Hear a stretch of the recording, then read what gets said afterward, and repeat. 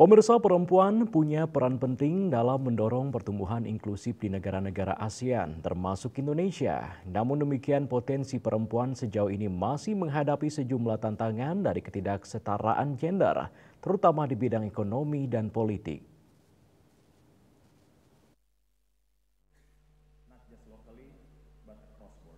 Retno Marsudi, Menteri Luar Negeri RI periode 2014-2024 pada Asia Grassroots Forum 2025 di Nusa Dua mengatakan setidaknya 4 kesenjangan yang mesti diatasi untuk bisa meningkatkan peran perempuan yaitu di bidang pendidikan, kesehatan, ekonomi, dan politik.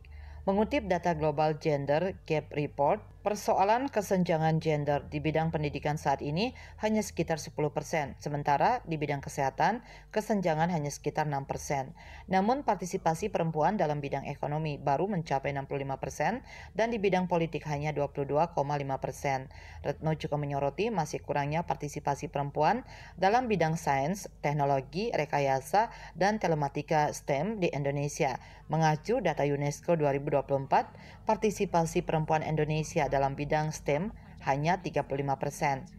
Selain itu, riset juga menunjukkan terkait dengan peran perempuan dalam pengambilan keputusan di bidang ekonomi masih rendah. Lebih jauh, Retno menekankan perlunya pemberdayaan perempuan untuk meningkatkan peran mereka dalam mendorong perekonomian yang inklusif.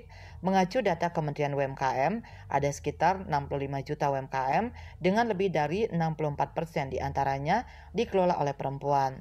Tri Mumpuni, Direktur Eksekutif IBK yang juga anggota Dewan Pengarah Badan Riset Nasional Indonesia BRIN mengatakan, statistik membuktikan bahwa perempuan lebih bertanggung jawab.